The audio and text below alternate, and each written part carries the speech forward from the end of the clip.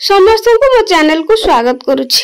आज वीडियो रे निशा मुक्ति दिवस विषय रे सुंदर भाषण टी सुनिबा। सम्माननीय सभापति महोदय, पूज्य गुरुजी गुरुमा वृंद, अतिथि महाशय एवं एठारे उपस्थित थिबा मोर छोट बड़ भाई और भौणी माने तथा मोर सहपाठी और सहपाठिनी गण। आज हेउछि जून मास 24 तारिख। सारा राज्य रे एही निशा मुक्ति दिवस पालन करा जाउछि।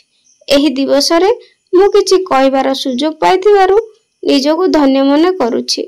आज मध्ये सारा भारत रे तथा अंतर्जातिक स्तर रे एही निशा मुक्ति दिवस पालन करा जाउछि।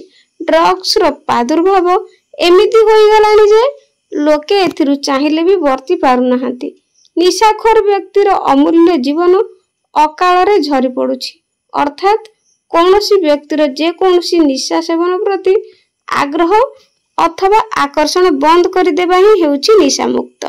निशा कहले आमे मद, अफिम, गंजेई, सिगारेट, पान, बीड़ी इत्यादि को बुझू। मात्र हेरोइन, चरस, ब्राउन सुगार, हॉर्डुन, नार्फिन ना सुनिले आम रूम टांकुरी उठे। एही भयावह समस्यार सम्मुखीन हेउछन्ति आजिर युवपीढ़ी माने। ड्रग्स सेवनकारी जे केवल ता परिवार ध्वंस करुछि ताहा नुहे, आम देशर मध्य क्षति करुछि। निशा सेवनकारी बुझी पारु नाहंती जे एही निशार कुप्रभाव ता परिवार सदस्य ऊपर किपरि पडुछि। तारि पई अन्य माने केमिति हैरान हरकत हेउछन्ति। आम राज्य रे निशा मुक्ति केंद्र मान खोला जाइछि। मात्र जणे व्यक्ति निशा मुक्ति केंद्र को जाई भलो होई आसुछि, हेले सेठारु फेरी आसीबा परे जे अभ्यास को से अभ्यास एपरि कुश्चित मानसिक रोग को निशाखोर व्यक्ति केबे भी छाड़ी पारेनी, जद्वारा कि निश्चित मृत्यु को से पाछोटी आने।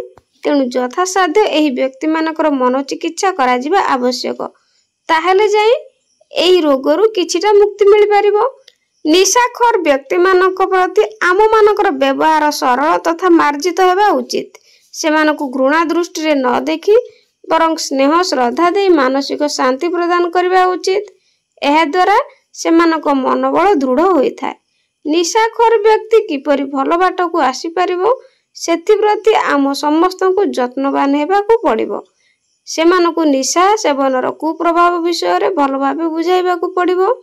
सेमानकर प्रति समाजर घृणित चिंताधारा को किपरि दूर करा जाई परिबो से संबंध रे मध्य पदक्षेप कराइबा विधेय। साधारणतः जेउ माननकु संगरे पड़ी निशाग्रस्त होई पडुचंती सेमानंक पितामाता, गुरुजन, शिक्षक शिक्षयित्री, बंधु बांधव प्रभृति एहार कुपरिणाम विषय रे सचेतन करबा जरूरी। परिशेष रे मु एतिकी कहिबी जे निशाखोर व्यक्ति को घृणा न करी निशा द्रव्य एवं निशा सामग्री तैयारी करुथिबा व्यक्ति को घृणा करबा उचित। निशाखोर व्यक्ति सहित बंधुता स्थापन करी सेमानंकु ए कुपथरु निवृत्त कराइबा पई सत चेष्टा करबा उचित। मु एतिकी कहि मोर वक्तव्य शेष करूछि। धन्यवाद।